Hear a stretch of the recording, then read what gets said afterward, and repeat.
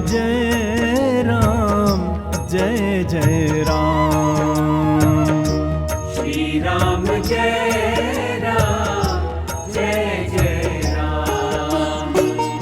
श्री राम जय राम जय जय राम। श्री राम जय राम जय जय राम। श्री राम जय राम जय जय राम। श्री राम जय राम जय जय राम। श्री राम जय राम जय जय राम। श्री राम जय राम जय जय राम। श्री राम जय राम जय जय राम। श्री राम जय राम जय जय राम। श्री राम जय राम जय जय राम। श्री सीतारामचंद्राभ्याम नमः। श्रीमद्वाल्मीकीय रामायणम अयोध्याकांडम दशमः सर्गः। राजा दशरथ का कैकेयी के भवन में जाना, उसे कोप भवन में स्थित देखकर दुखी होना और उसको अनेक प्रकार से सांत्वना देना। प्रेमी जनों, इन प्रसंगों को आइए भाव और श्रद्धा से श्रवण कीजिए। जय सिया राम।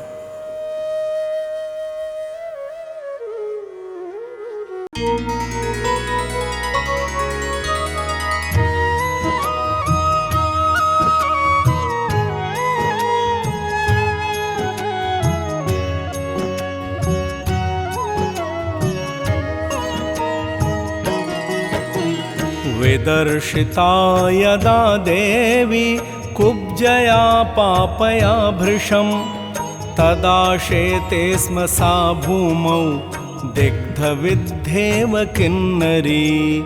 निश्चित्य मनसा कृत्यं सा सम्यग् इति भामिनी। मंथरायै शनैः सर्वम् आचचक्षे विचक्षणा।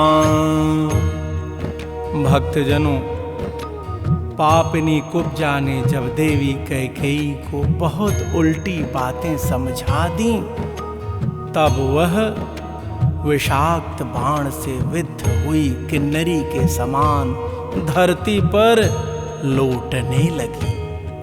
मंथरा के बताए हुए समस्त कार्य को यह बहुत उत्तम है, ऐसा मन ही मन निश्चय करके बातचीत में कुशल भामिनी कैकेयी ने मंथरा से धीरे धीरे अपना सारा मंतव्य बता दिया।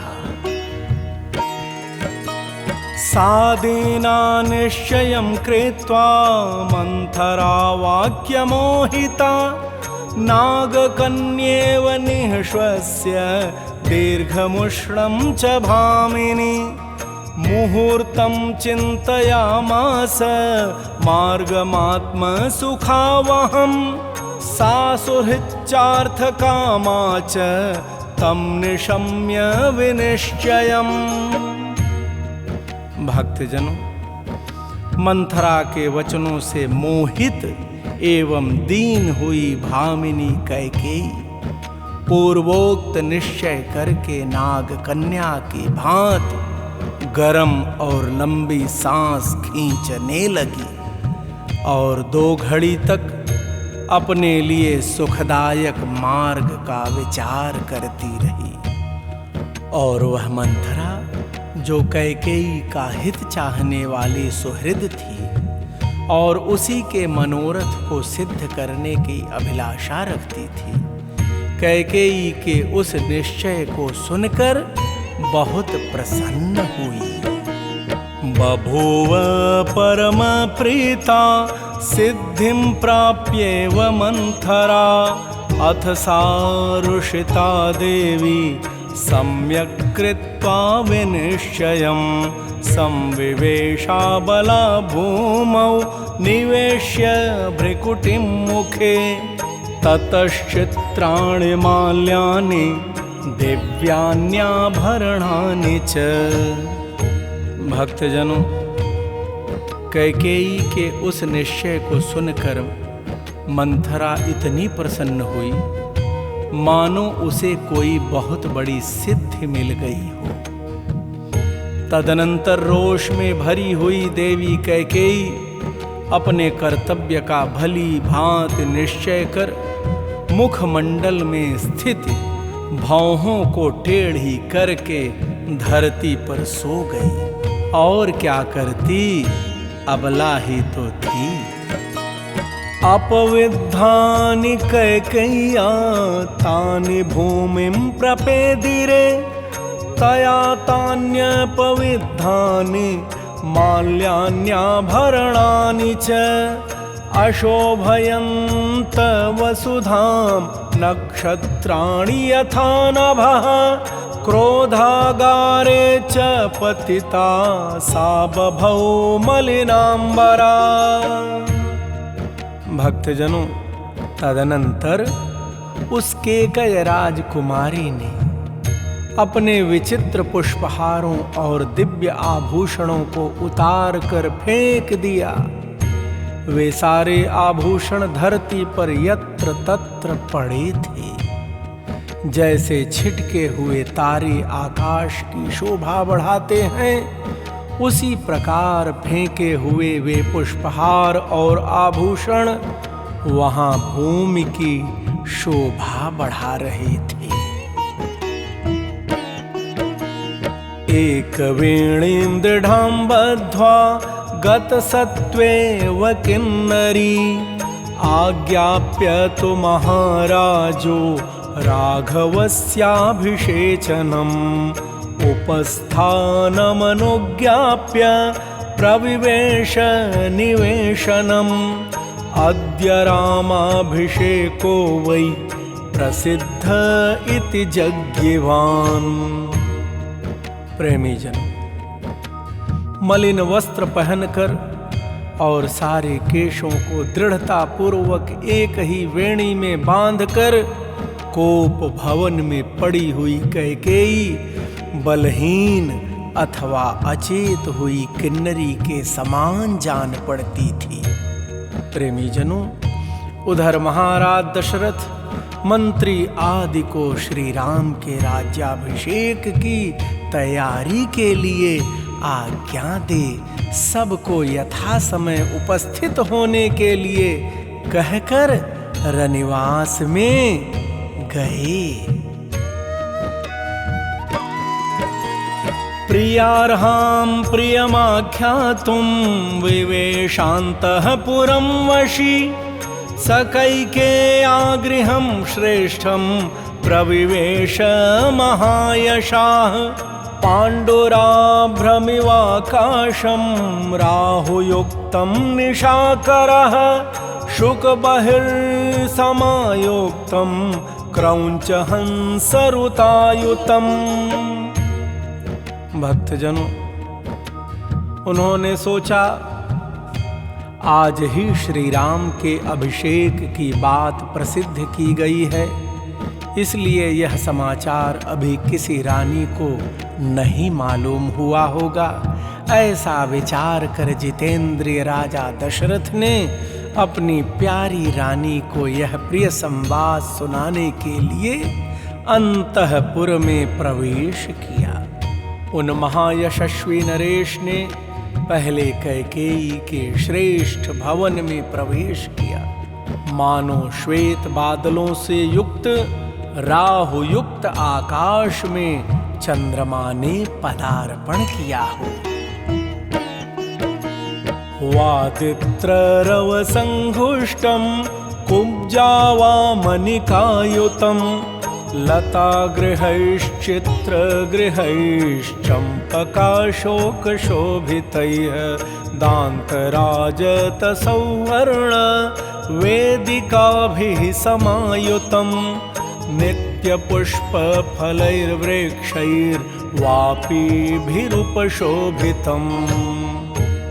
भक्तजनों, महाराज दशरथ ने कैकेयी के भवन में प्रवेश किया। उस भवन में तोते, मोर, क्रौंच और हंस आदि पक्षी कलरव कर रहे थे। वहां वाद्यों का मधुर घोष गूंज रहा था। बहुत सी कुब्जा और बौनी दासियां भरी हुई थीं। चंपा और अशोक से सुशोभित बहुत से लता भवन और चित्र मंदिर उस महल की शोभा बढ़ा रहे थे। हाथी दांत, चांदी और सोने की बनी हुई वेदियों से संयुक्त उस भवन को नित्य फूलने फलने वाले वृक्ष और बहुत सी बावड़ियां सुशोभित कर रही थीं। दान्तराजत सौवर्णैः संवृतं परमासनैः विविधैरन्नपानैश्च भक्ष्यैश्च विविधैरपि उपपन्नं महार्हैश्च भूषणैस्त्रिदिवोपमं सप्रविश्य महाराजः स्वमन्तःपुरमृद्धिमत्।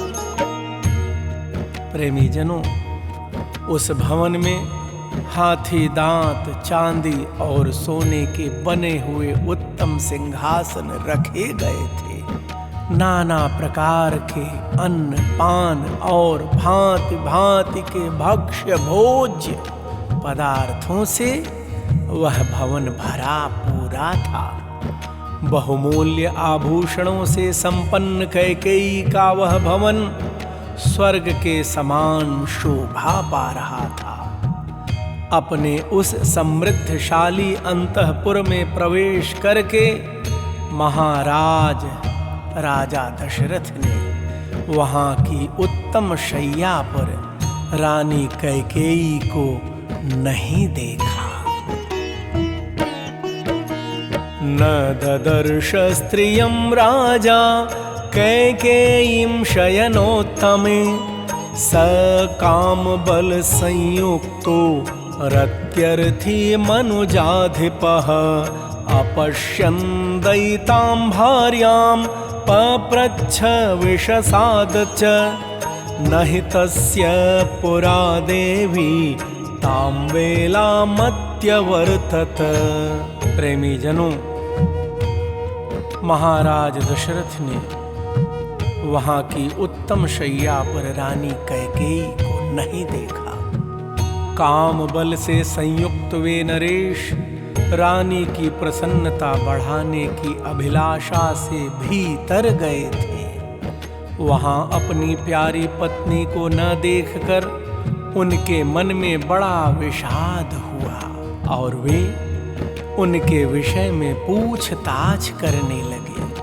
इससे पहले रानी कैकेयी राजा के आगमन की उस बेला में कहीं अन्यत्र नहीं जाती थीं।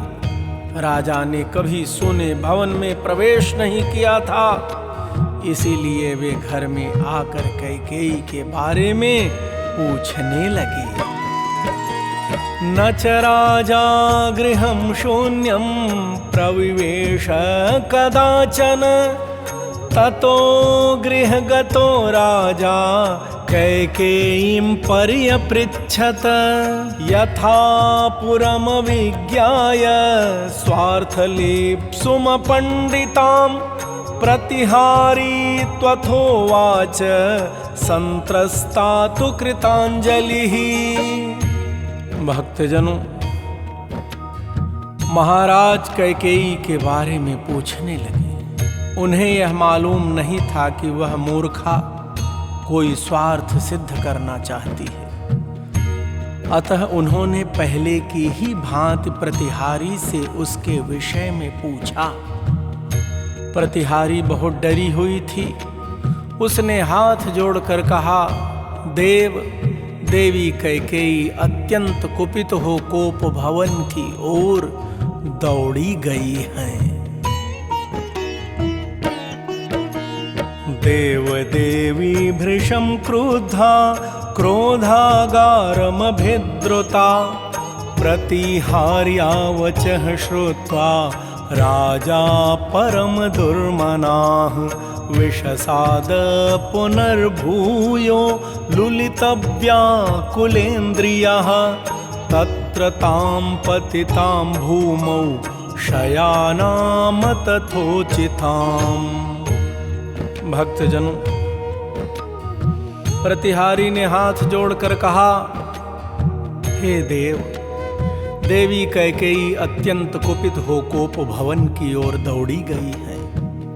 प्रेमी जनों, प्रतिहारी की यह बात सुनकर राजा का मन बहुत उदास हो गया। उनकी इंद्रियां चंचल एवं व्याकुल हो उठीं और वे पुनः अधिक विषाद करने लगे। कोप भवन में वह भूमि पर पड़ी हुई थी और इस तरह लेटी हुई थी जो उसके लिए योग्य नहीं था।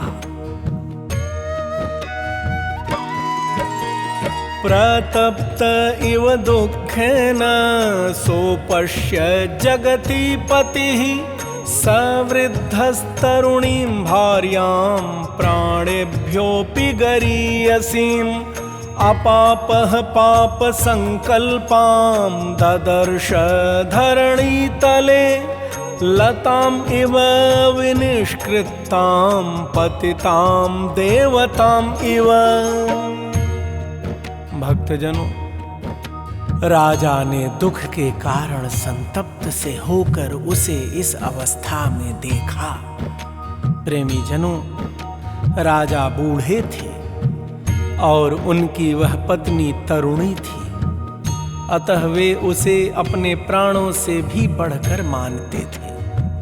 राजा के मन में कोई पाप नहीं था, परंतु कैकेयी अपने मन में पाप पूर्ण संकल्प लिए हुए थी। उन्होंने उसे कटी हुई लता की भांति पृथ्वी पर पड़ी देखा, मानो कोई देवांगना स्वर्ग से भूतल पर गिर पड़ी हो। किन्नरीं इव निर्धूतां च्युतामप्सरसं यथा मायां इव परिभ्रष्टां हरिणीं इव संयतां करेणुमिव दिग्धेन विद्धां मृगयुनावने महागज इवारण्ये स्नेहात् परम दुःखिताम्। भक्तजनों, वह स्वर्ग भ्रष्ट किन्नरी, देवलोक से च्युत हुई अप्सरा, लक्ष्य भ्रष्ट माया और जाल में बंधी हुई हरिणी के समान जान पड़ती थी। भक्तजनों, जैसे कोई महान गजराज वन में व्याध के द्वारा विषलिप्त बाण से विद्ध होकर गिरी हुई अत्यंत दुखित हथिनी का स्नेहवश स्पर्श करता है, उसी प्रकार कामी राजा दशरथ ने महान दुख में पड़ी हुई कमल नैनी भार्या कैकेयी का स्नेह पूर्वक दोनों हाथों से स्पर्श किया। परिमृज्य च पाणिभ्याम् अभिसंत्रस्तचेतनः कामी कमलपत्राक्षीम् उवाच वनितामिदं न तेऽहम् अभिजानामि क्रोधमात्मनि संश्रितं देवि केनाभियुक्तासि केन वासि विमानिता। प्रेमी जनों, उस समय उनके मन में सब ओर से यह भय समा गया था कि न जाने यह क्या कहेगी और क्या करेगी। वे उसके अंगों पर हाथ फेरते हुए उससे इस प्रकार बोले, देवी, तुम्हारा क्रोध मुझ पर है, ऐसा तो मुझे विश्वास नहीं होता। फिर किसने तुम्हारा तिरस्कार किया है? किसके द्वारा तुम्हारी निंदा की गई है? यत् इदं मम दुःखाय शेषे कल्याणि पांसुषु भूमौ शेषे किमर्थं त्वं मयि कल्याण चेतसि भूतोपहत चित्तेव मम चित्त प्रमाथिनि सन्ति मे कुशला वैद्याः त्वभितुष्टाश्च सर्वशः। भक्तजनों, महाराज ने कहा, कल्याणी, तुम जो इस तरह मुझे दुख देने के लिए धूल में लौट रही हो, इसका क्या कारण है? मेरे चित्त को मथ डालने वाली सुंदरी, मेरे मन में तो सदा तुम्हारे कल्याण की ही भावना रहती है। फिर मेरे रहते हुए तुम किस लिए धरती पर सो रही हो? जान पड़ता है तुम्हारे चित्त पर किसी पिशाच ने अधिकार कर लिया है। भामिनी, तुम अपना रोग बताओ। मेरे यहाँ बहुत से चिकित्सा कुशल वैद्य हैं, जिन्हें मैंने सब प्रकार से संतुष्ट कर रखा है। वे तुम्हें सुखी कर देंगे। सुखितां त्वां करिष्यन्ति व्याधिमा चक्ष्वभामिनी कस्य वापि प्रियं कार्यं केन वा विप्रियं कृतं कः प्रियं लभताम् अद्य को वा सुमहदप्रियं मारौत्सीर्मा च कार्षीस्त्वं देवि संपरिशोषणम्। भक्तजनों, महाराज ने कहा, भामिनी, मेरे चिकित्सा कुशल वैद्य तुम्हें हर प्रकार से सुखी कर देंगे। अथवा कहो, आज किसका प्रिय करना है या किसने तुम्हारा अप्रिय किया है? तुम्हारे किस उपकारी को आज प्रिय मनोरथ प्राप्त हो अथवा किस अपकारी को अत्यंत अप्रिय कठोर दंड दिया जाए? देव, तुम न रो, अपनी देह को न सुखाओ।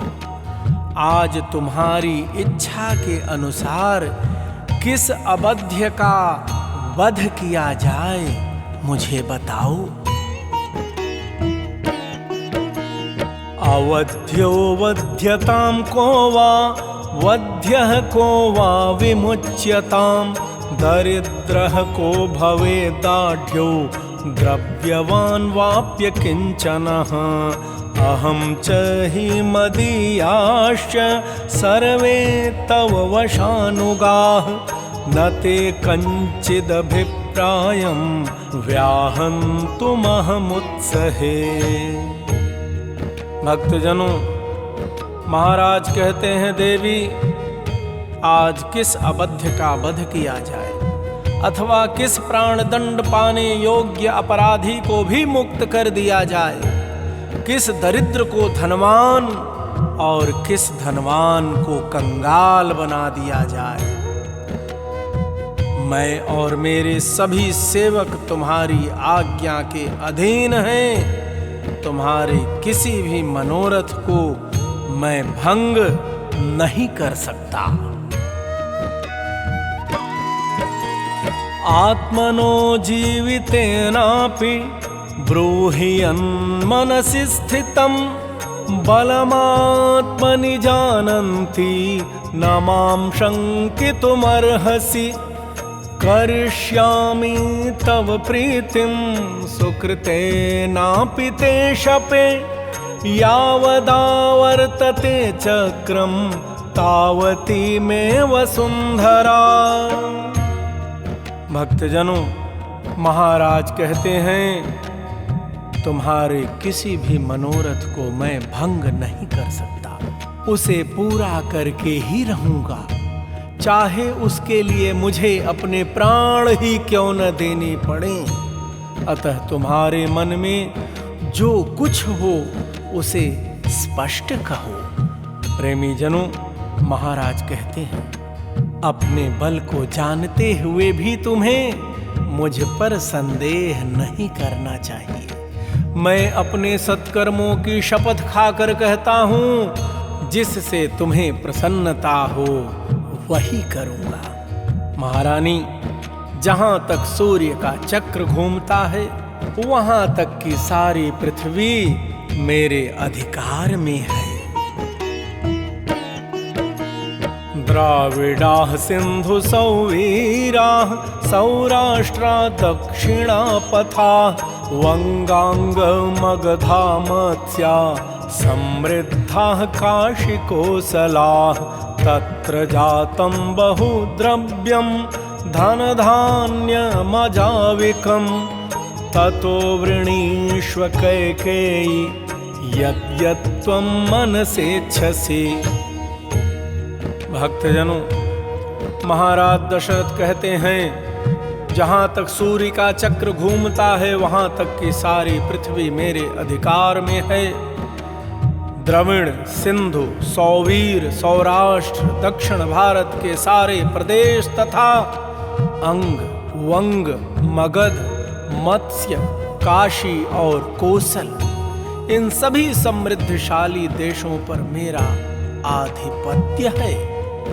कैकेयी राजनंदिनी, उनमें पैदा होने वाले भांति भांति के द्रव्य, धन धान्य और बकरी, भेड़ आदि जो भी तुम मन से लेना चाहती हो वह मुझसे मांग लो। किमायासेन ते भीरु उत्तिष्ठोत्तिष्ठ शोभने तत्त्वं मे ब्रूहि कैकेयी यतस्ते भयमागतं तत्ते व्यपनयिष्यामि निहारम् इव रश्मिवान्।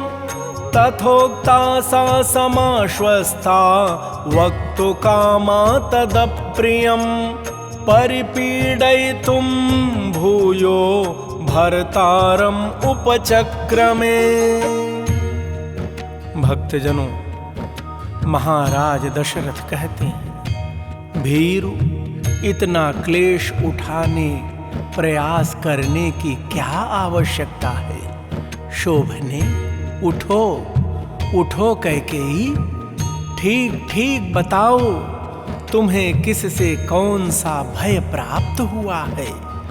जैसे अंशुमाली सूर्य कोहरा दूर कर देते हैं, उसी प्रकार मैं तुम्हारे भय का सर्वथा निवारण कर दूंगा। भक्तजनों, राजा के ऐसा कहने पर कैकेयी को कुछ सांत्वना मिली। अब उसे अपने स्वामी से वह अप्रिय बात कहने की इच्छा हुई। उसने पति को और अधिक पीड़ा देने की तैयारी की। इत्यार्षे श्रीमद् रामायणे वाल्मीकिये आदि काव्ये अयोध्याकांडे दशमः सर्गः। इस प्रकार श्री वाल्मीकि निर्मित आर्ष रामायण आदि काव्य के अयोध्या कांड में 10वां सर्ग पूरा हुआ। भगवान श्री राम लला विराजमान, अयोध्यानाथ, मर्यादा पुरुषोत्तम प्रभु श्री राम आप सबका सदा सर्वदा कल्याण करें। आप सभी प्रभु प्रेमियों को प्रेम प्रकाश दुबे का जय सिया राम।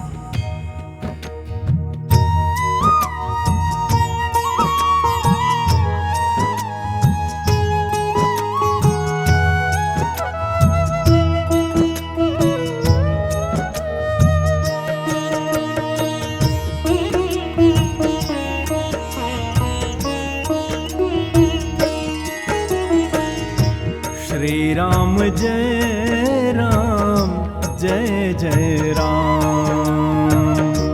श्री राम जय राम, जय जय राम। श्री राम जय राम, जय जय राम। श्री